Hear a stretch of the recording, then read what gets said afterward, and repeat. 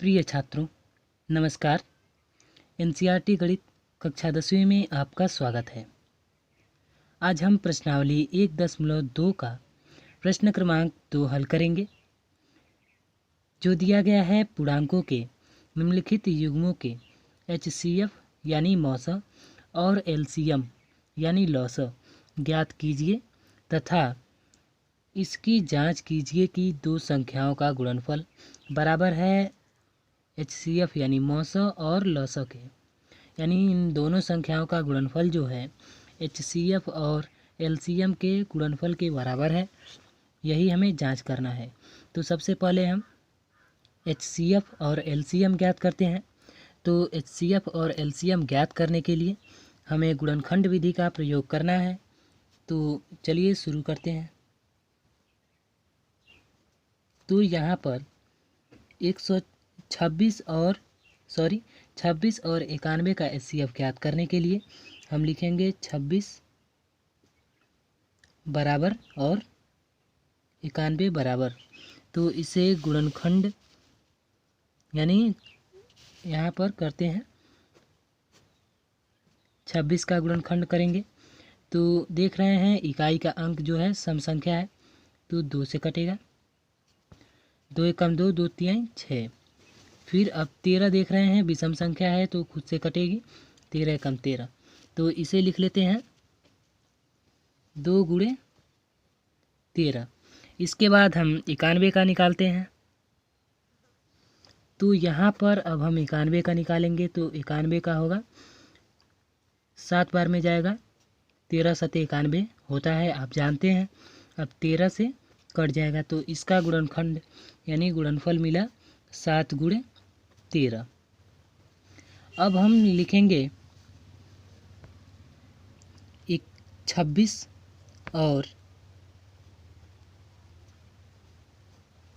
91 का लौसा यानी LCM। फिर लिख देते हैं 26 और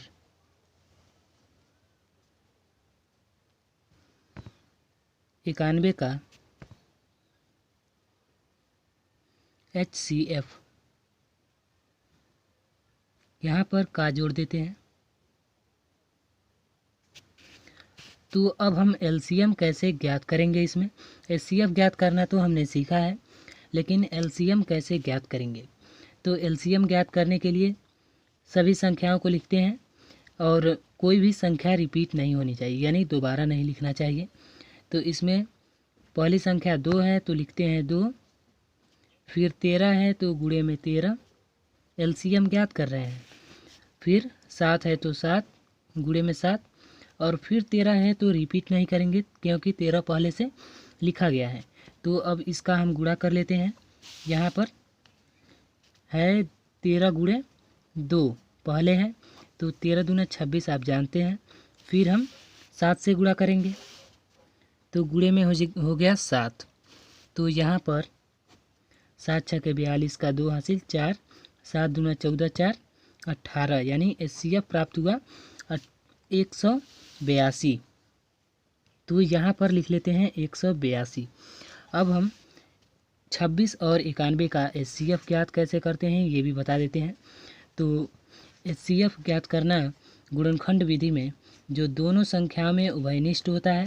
तो इन संख्या में 13 उभयनिष्ठ है, यानी ये वाली संख्या ये और ये दोनों उभयनिष्ठ है, तो इसे 1 लिख देंगे, यानी ऐसे उभयनिष्ठ हो गया। तो जो उभयनिष्ठ संख्या होती है वही HCF कहलाती है।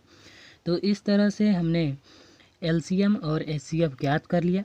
अब प्रश्न में देखते हैं, कह रहा है कि तथा इसकी जांच कीजिए कि दोनों संख्याओं का गुणनफल जो है HCF और LCM का बराबर है। तो चलिए लिख लेते हैं जांच,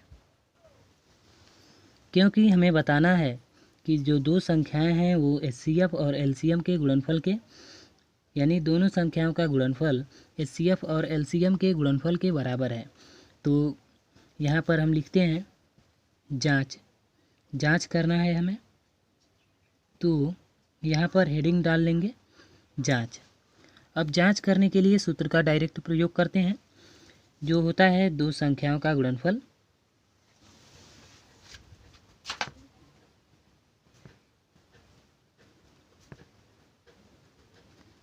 दो संख्याओं का गुणनफल बराबर होता है लॉसा और गुणित मौसा।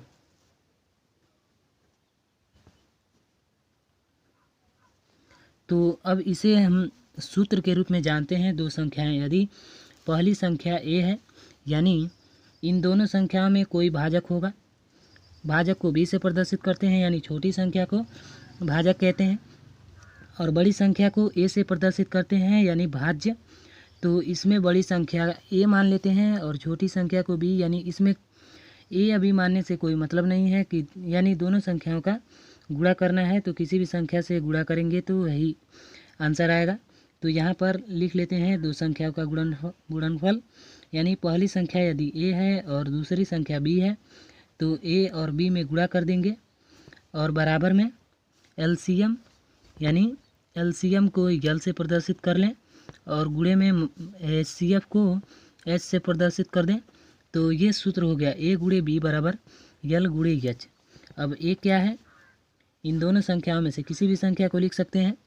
तो यहाँ पर है 91 और गुणे में b यानी दूसरी संख्या है 26, बराबर में लिख लेते हैं एलसीएम। एलसीएम जो हमें प्राप्त हुआ है 182 और इनटू जो एचसीएफ है वो है 13। तो इस तरह से अब हम इन दोनों पक्षों में गुणा करते हैं।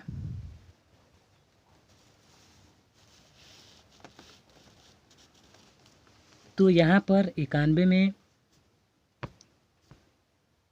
26 से गुणा करेंगे तो हमें मिलेगा 6 कम 6, 6 नवा 54 और 2 एक कम 2, 9 दूना 18, 6 4 2 6, 8 5 13 कर 3 हासिल 1 1 1 2 आया 23 66।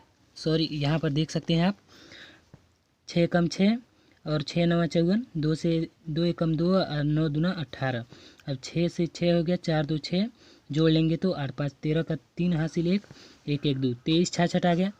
और फिर 182 में 13 से गुणा कर देते हैं तो आएगा 3 दूना 6, 13 दूना 26 कर 6 हासिल 2, 13 8 104 2, 6 का 6 हासिल 10, 13 कम 13 10 23। तो इस तरह से दोनों का गुणनफल आया है। यहाँ पर या का चिन्ह लगा लेते हैं, इज ग्रेटर दैन, सॉरी इसे या पढ़ते हैं। अब इसका आया 91 में 26 से गुणा किए आया 23 66, बराबर में आया 23 66। तो इस तरह से जांच हमने कर लिया, जो कि जो एचसीएफ है और जो एलसीएम है यहाँ पर वो दोनों संख्याओं के गुणनफलों के बराबर है, जो एचसीएफ और एलसीएम का गुणनफल है। तो इस तरह से यहाँ पर लिख देंगे left hand side equal to right hand side. तो इस तरह से यह प्रश्न हल हो गया। अब आप चाहें तो इसका स्क्रीनशॉट ले सकते हैं या वीडियो को पॉज करके लिख सकते हैं यहाँ पर। तो अगर यह वीडियो पसंद आया हो तो इस वीडियो को लाइक, सब्सक्राइब और कमेंट ज़रूर करें। धन्यवाद।